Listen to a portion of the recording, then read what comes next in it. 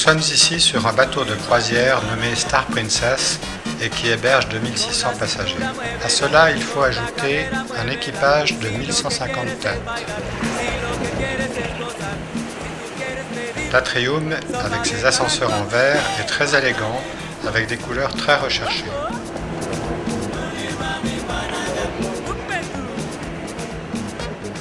Sur la longueur de 290 mètres du bateau, les passagers ont à leur disposition plusieurs piscines, extérieures et intérieures, ainsi que des jacuzzis qui sont très prisés.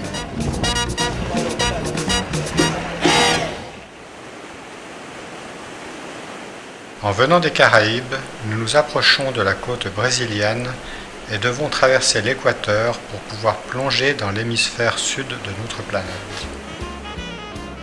Cet événement est fêté dignement dans l'arrière du bateau. Tout le monde est dans l'attente de l'entrée de Neptune et de sa suite, dont fait partie le capitaine, évidemment.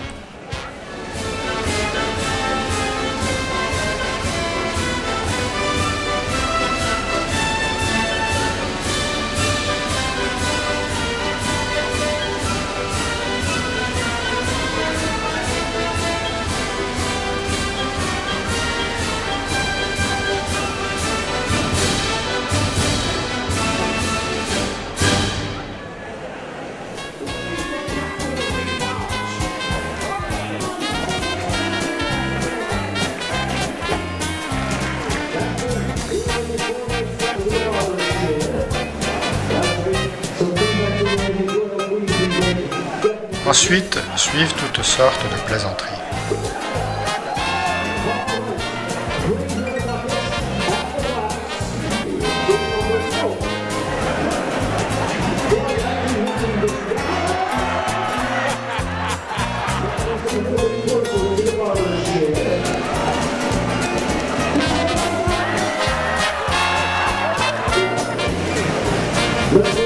Le capitaine est enfin poussé dans la piscine, suivi par le maître de cérémonie, et ainsi se termine ce spectacle.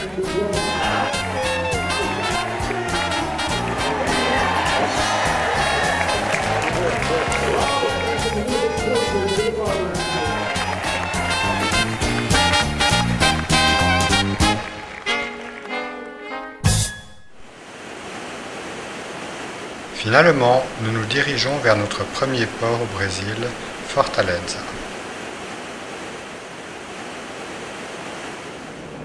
De loin, nous pouvons voir une grande concentration de gratte-ciel. Fortaleza, qui veut dire forteresse, est une ville de plus de 3,4 millions d'habitants, mais malheureusement, il n'y a strictement rien à voir.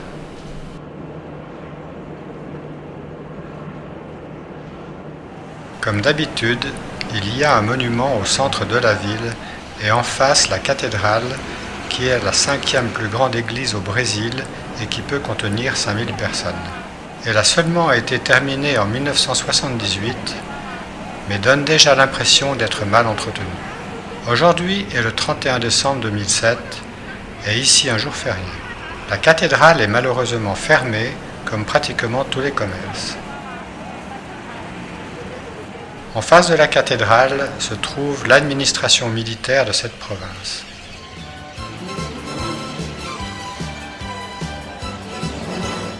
Malheureusement, il pleut tous les 10 minutes, ce qui n'est pas pour améliorer notre humeur.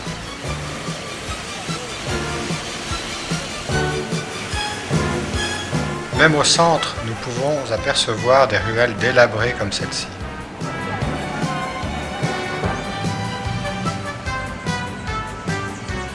Aujourd'hui, il y a peu de circulation. Ce monument élégant est une gare. Finalement, nous avons encore trouvé ce joyau d'immeuble.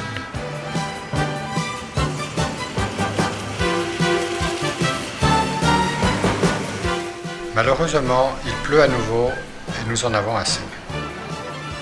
Pour nous consoler, nous sommes gratifiés d'un coucher de soleil somptueux.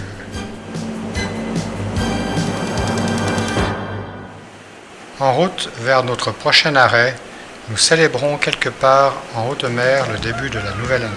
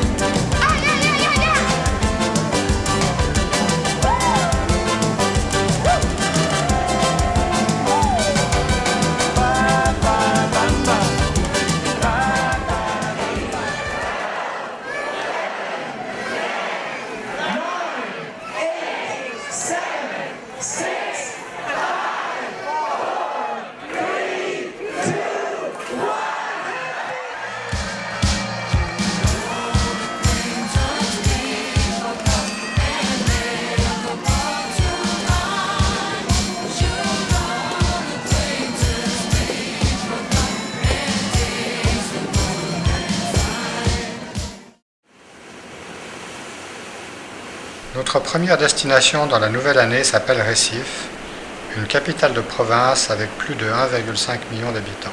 Cependant, en incluant toutes les agglomérations, le nombre des habitants dépasse 3,5 millions. Malheureusement, notre visite ne dure que quelques heures. Le nombre des gratte-ciels nous impressionne. Nous explorons quelques rues et trouvons qu'à côté de maisons belles et bien entretenues, des ruelles délabrées pleines de graffitis par lesquels des artistes expriment leur culture.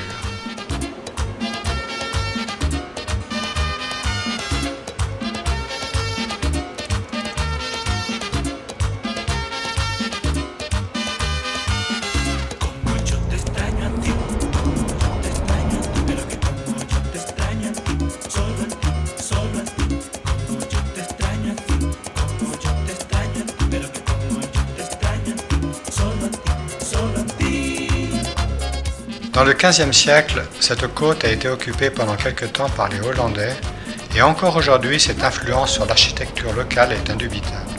Le palais du gouverneur confirme cette impression.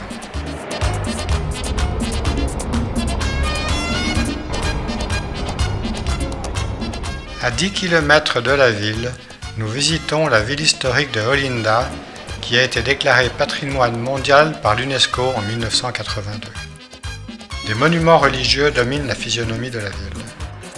Ville de grande beauté naturelle avec ses 22 églises et 11 chapelles, Olinda est aussi un des plus grands centres culturels du Brésil.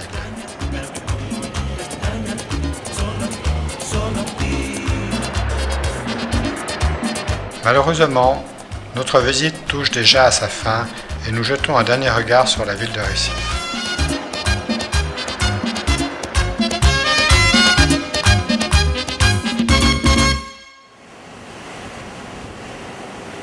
Notre prochain port s'appelle Salvador, à nouveau une capitale de province avec plus de 2 millions d'habitants. Notre bateau s'est amarré à proximité de la forteresse de São Marcelo. Salvador est, après Rio de Janeiro, la ville la plus visitée par les touristes internationaux et sa vieille ville a été mise sous protection de l'UNESCO comme patrimoine mondial. Dans les ruelles étroites de la vieille ville, nous découvrons des maisons pleines de couleurs. Salvador compte d'innombrables églises et offre ainsi la plus grande densité d'architecture baroque en Amérique du Sud. La ville a été fondée en 1549 et était plus tard, pendant plus de 2 siècles, la capitale du Brésil, ce qui explique le grand nombre de monuments baroques.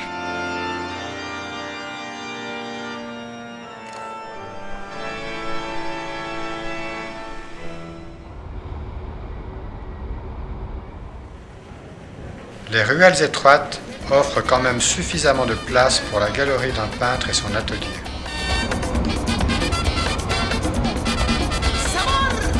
Presque toutes les rues ici sont pavées.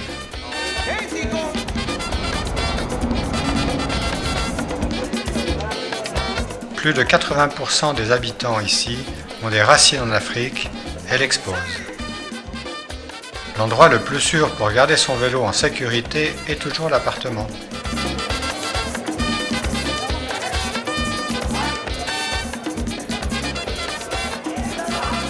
Tous les immeubles des XVIIe, XVIIIe et XIXe siècles au centre historique de la ville ont été complètement restaurés vers la fin du siècle dernier.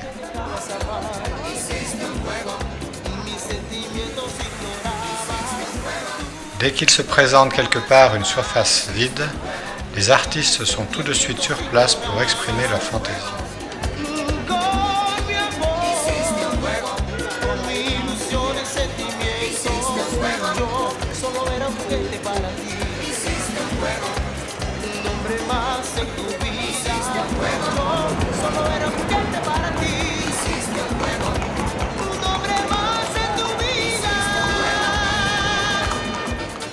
De temps en temps, une femme porte encore le costume des ancêtres. Pour terminer, une vue sur le palais du gouverneur.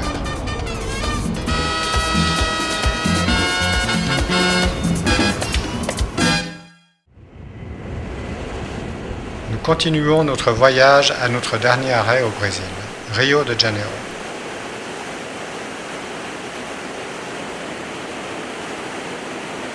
À l'aube, nous glissons lentement dans le port de Rio au long du pain de sucre. Malheureusement, la pluie a été annoncée pour aujourd'hui. À tribord, nous pouvons voir le pont Niterói qui, sur une longueur de 13 km, relie Rio avec la ville du même nom. Entre-temps, un bateau-citerne s'amarre à côté de notre navire pour nous ravitailler en fioul.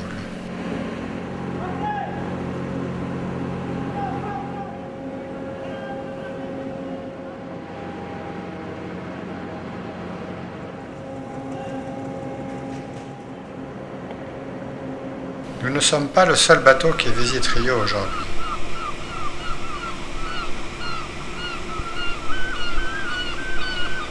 En plus du mauvais temps, il est encore dimanche aujourd'hui et pratiquement tous les commerces sont fermés. Le quartier des affaires est complètement désert. Nous profitons donc de l'occasion pour nous faire conduire chez un des bijoutiers les plus connus où, dans son musée, nous admirons les nombreuses pierres précieuses qu'on trouve au Brésil.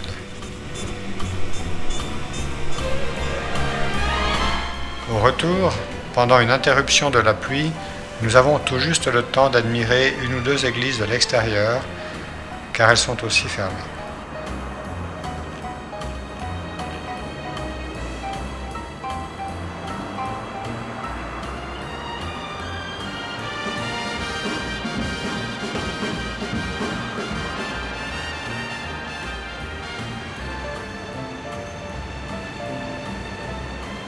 Étant donné que nous avons déjà tourné un film sur Rio lors d'un voyage précédent, nous ne sommes pas trop déçus de cette journée, qui finit quand même avec un beau coucher de soleil et un spectacle brésilien dans le théâtre de notre bateau.